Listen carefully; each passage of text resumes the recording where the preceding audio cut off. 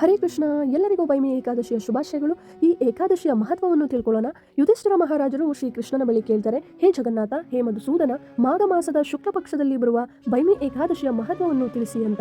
ಅದಕ್ಕೆ ಕೃಷ್ಣ ಮುಗುಳ್ನಗುತ್ತಾ ಹೇಳ್ತಾರೆ, ಈ ಏಕಾದಶಿ ಮಾಡೋದ್ರಿಂದ ಜನ್ಮವು ವೃತ್ತಿ ಚಕ್ರದಿಂದ ಬಿಡುಗಡೆ ಹೊಂದಿ ನನ್ನ ಬಳಿಗೆ ಬರುತ್ತಾರೆ. ಜೊತೆಗೆ ಪಿಶಾಚಿ ರೂಪದಲ್ಲಿ ಇರುವ ಜೀವಿಗಳಿಗೂ ಕೂಡ ಮುಕ್ತಿ ಅನ್ನೋದು ಸಿಗುತ್ತೆ. ಇದರ ಬಗ್ಗೆ ಪದ್ಮಪುರಾಣದಲ್ಲಿ ಒಂದು ಕಥೆ ಉಲ್ಲೇಖವಾಗಿದೆ. ಒಂದಾನೊಂದು ಕಾಲದಲ್ಲಿ ಸ್ವರ್ಗಲೋಕದ ದೇವತೆಗಳ ರಾಜ ಇಂದ್ರನ ಆಳ್ವಿಕೆ ಅನ್ನೋದು ಇರುತ್ತೆ.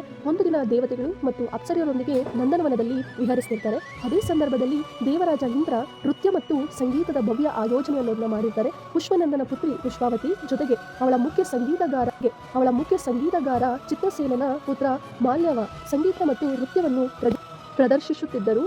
ಅಲ್ಲಿ ನೃತ್ಯ ಮಾಡುವಾಗ ಅವರಿಬ್ಬರು ಒಬ್ಬರ ಸೌಂದರ್ಯಕ್ಕೆ ಇಬ್ಬರು ಮರುಳಾದರು. ಇದರಿಂದಾಗಿ ಅವರ ತಾಳ ಮೇಳ ತಪ್ಪಿತು, ಪ್ರದರ್ಶನಕ್ಕೆ ಭಂಗ ಬಂದಿತು.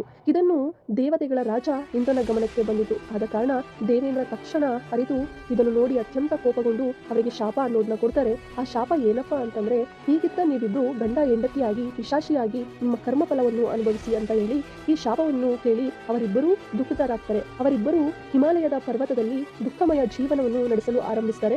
ಅವರ ದಿವ್ಯ ಬುದ್ಧಿ ನಾಶ ಅನ್ನೋದು ಆಗುತ್ತೆ. ಜೊತೆಗೆ ಅವರಿಗೆ ಯಾವುದೇ ವಾಸನೆ, ದೃಶ್ಯ ಇತ್ಯಾದಿಗಳು ಯಾವುದೇ ಜ್ಞಾನ ಅನ್ನೋದು ಕೂಡ ಇರೋದಿಲ್ಲ. ಕುರಿಯುವ ಚಳಿಯಲ್ಲಿ ಅವರು ಹತ್ತಿತ್ತ ಅಲೆದಾಡುತ್ತಿದ್ದರು ಮತ್ತು ಒಂದು ಗುಹೆಯಲ್ಲಿ ಕುಳಿತು ಅವರ ಜೀವನ ಅನ್ನೋದನ್ನ ನಡೆಸ್ತಾ ಇರ್ತಾರೆ.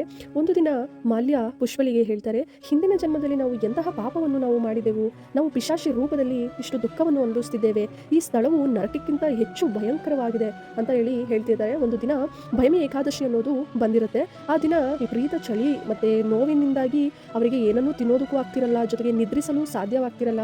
ಮತ್ತು ಅವರು ಅರಿತೋ ಅರಿಯದಿಲ್ಲೇನೆ ಅವತ್ತು ಬಂದು ಏಕಾದಶಿ ಅನ್ನೋ ವ್ರತವನ್ನು ಅವರು ಮಾಡಿದರು.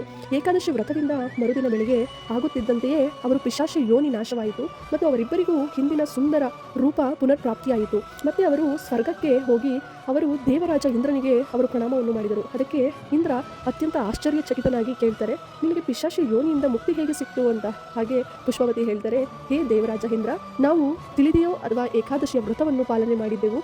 ಭಗವಾನ್ ವಿಷ್ಣುವಿನ ಕೃಪೆಯಿಂದ ವ್ರತದ ಮಹಿಮೆಯಿಂದ ನಮಗೆ ಪಿಶಾಚಿ ಜನ್ಮದಿಂದ ಮುಕ್ತಿ ದೊರೆತಿತ್ತು. ಮತ್ತೆ ನಾವು ನಮ್ಮ ದಿವ್ಯ ಸ್ವರೂಪಕ್ಕೆ ಮರಳಿದೆವು.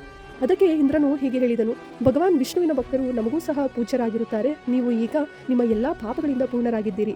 ಯಾರು ಈ ಏಕಾದಶಿಯ ವ್ರತವನ್ನು ಭಕ್ತಿಯಿಂದ ಶ್ರದ್ಧೆಯಿಂದ ಆಚರಿಸುತ್ತಾರೋ ಅವರು ನನ್ನ ಬಳಿಗೆ ಬರುವರು. ಈ ವ್ರತವನ್ನು ಮಾಡುವವರು ವೈಕುಂಠಕ್ಕೆ ಸೇರುತ್ತಾರೆ ಎಂದು ಇಲ್ಲಿ ಭಗವಂತ ತಿಳಿಸುತ್ತಾರೆ.